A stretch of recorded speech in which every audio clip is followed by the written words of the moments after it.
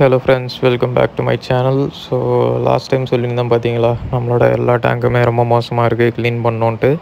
இது கேட்ஃபிஷ்ஷோட டேங்க்கில் வந்து நான் ஃபீட் ஃபிஷ் எல்லாமே நிறைய வச்சுருந்தேன், நிறைய கோல்டு இருந்தது. அதனால் என்ன ஆச்சுன்னு தெரில, இது எதுவும் ஓவராக சாப்பிட்ருச்சா இல்லை எதுவும் இன்ஃபெக்ஷன் ஆகிடுச்சா இதுக்குன்னு தெரில. ஒரு மாதிரி ஃப்ளாட்டான மாதிரி கிடந்தது. அதுக்கப்புறம் சரி இதை சேஞ்ச் பண்ணிடலாம், வேலைக்கு ஆகாதுன்ட்டு அன்றைக்கி தான் க்ளீனிங் ஆரம்பிக்கலான்னு 31 பண்ணிகிட்டு இருந்தேன். இது பார்த்திங்கன்னா காலையிலேயே நம்ம கோராவுக்கு வந்து எப்பவும் போல் லிவர் ஃபீட் பண்ணலான்னு சொல்லி அதையும் உங்களுக்கு கிளிப்பிங்காக காட்டலான்னு எடுத்திருந்தேன். ரொம்ப சின்ன சின்னதாக தான் போட்டுருந்தேன் டே 1. அதுக்கப்புறம் 3 வேளை சும்மா கொஞ்சம் கொஞ்சமாக கொடுத்தா சாப்பிட்டுச்சு. அப்புறம் பார்த்திங்கன்னா அது அவ்வளோ பெரிய பீஸ் போட்டால் கூட அது சாப்பிட்ருது. அது ஒன்றும் சாப்பிட முடியாத அந்த லெவல்லாம் இல்லை. வாய் சின்ன வாய் தான், ஆனாலுமே நம்ம போடுறது கொஞ்சம் கரெக்டாக கிளி போட்டோன்னா முடிச்சிடுது அதை. ஸோ அதை உங்களுக்கு காட்டலான்றதுக்காக தான் நான் வீடியோ எடுத்திருந்தேன். இதையுமே இந்த டேங்க்குமே க்ளீன் பண்ணணும், அலிகேட்டர் க்ளீன் பண்ணணும், கேட்ஃபிஷ்தும் க்ளீன் பண்ணணும். அப்புறம் அந்த ஃபீடிங் கோல்டு எல்லாமே மாற்றணுன்ட்டு தான் வேலையை ஆரம்பித்தேன். ஆக்சுவலாக அரோனா டேங்க்கும் க்ளீன் பண்ணி தான் இருக்கணும், இருந்தாலும் என்ன பண்ணுறது, எல்லாமே ஒரே நேரத்தில். அரோனா டேங்க்குக்கு வந்து சம்பு இருக்கனால சரி இது கொஞ்சம் தாங்குன்றனால நான் அந்த 50% வாட்டர் சேஞ்சை வந்து பண்ணல. அன்றைக்கி ஆக்சுவலாக பண்ணலான்னு தான் ஒரு ஐடியாவில் இருந்தேன், ஆனால் பண்ண முடியல, மற்றதுக்கே டைம் ஆகிடுச்சு. ஸோ அரோனாக்கு எப்பவும் போல் காலைல ஒரு 4 கோல்டு ஃபிஷ் போட்டு அது பாட்டுக்கு சாப்பிட்டு ஜாலியாக சுற்றிட்டு இருந்தாப்புல. அதை ஒரு வீடியோ எடுத்தேன். கீழே பார்த்தீங்கன்னா டஸ்ட்டு கொஞ்சம் தங்கி தான் இருக்குது, எப்படியும் க்ளீன் பண்ணணும் இன்னொரு 2-3 டேஸில்.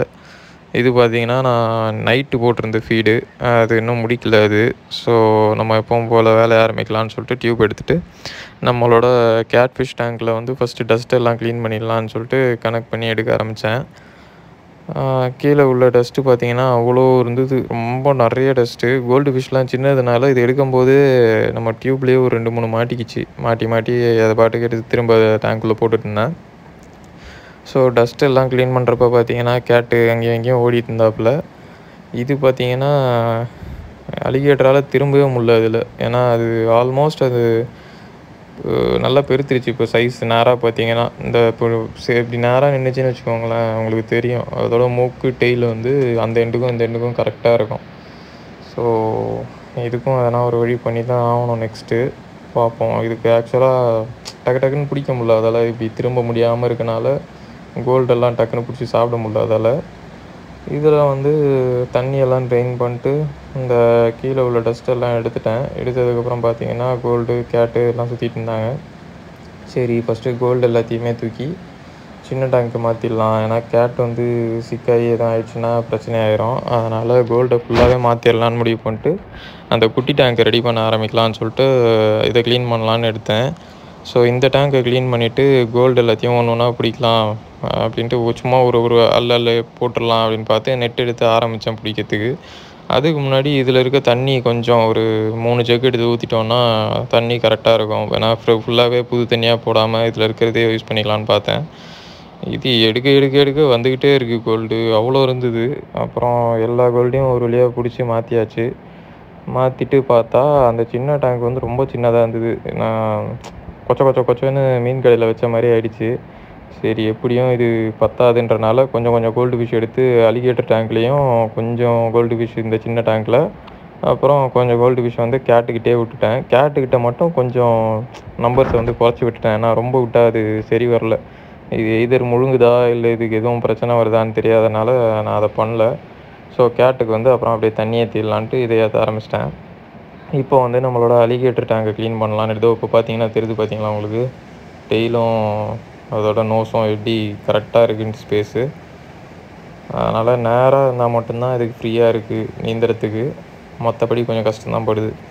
ஸோ இதை க்ளீன் பண்ணலான்னு சொல்லிட்டு அலிகேட்டர் டேங்கை கனெக்ட் பண்ணி எடுக்க ஆரம்பித்தேன் டஸ்ட் எல்லாமே. இதுக்கு நம்ம டேங்க்கெல்லாம் மாற்றினோன்னா ஃபில்ட்ரேஷன் செட்டப்பே பயங்கரமாக வைக்கணும் போல், ஏன்னா டஸ்ட்டு அவ்வளோ ப்ரொடியூஸ் ஆகுது. இதுக்கு ப்ரான் வேறு வீட்டில் தெரியாமல் போட்டாங்க. அந்த ப்ரானை சாப்பிட பிடிக்கிற அளவுக்கு சாப்பிட்டு மீதி எல்லாம் அப்படியே கிடந்தது. இதுக்கும் சரி கேட்ஃபிஷ்க்கும் சரி அதையும் எடுத்து க்ளீன் பண்ணியாச்சு. ஸோ ஓரளவுக்கு எல்லாத்தையும் எடுத்ததுக்கப்புறமா கோல்டு ஃபிஷ்ஷு இன்னும் எக்ஸ்ட்ரா போட்டு விட்டு இதுக்கு தண்ணி ஏற்றிடலான்ட்டு ஆரம்பிச்சிட்டேன், தண்ணி ஃபில் பண்ணுறதுக்கு. ஸோ கேட்டுக்கு வந்து ஓரளவு ஃபுல்லாக தண்ணி ஏற்றி அதை விட்டாச்சு. அது பாட்டுக்கு இப்போ தனியாக சுற்றிட்டு இருந்தது. கூட ஒரு மிஞ்சி போனால் இன்னும் ஒரு 5 கோல்டு ஃபிஷ் இருந்திருக்கும், அவ்வளோதான். அதை மட்டும் கேட்டோட போட்டாச்சு. அப்புறம் நம்ம அலிகேட்டர் டேங்க்குக்கும் தண்ணி ஏற்ற ஆரம்பித்தாச்சு. ஸோ இதில் வந்து கொஞ்சம் கோல்டு ஃபிஷ்ஷை போட்டு மேலே ஒரு கவர் மாதிரி போட்டு அதையும் வச்சுட்டு அதுக்கும் ஏர் பம்ப் ஒன்று ரெடி பண்ணி போட்டு விட்டேன்.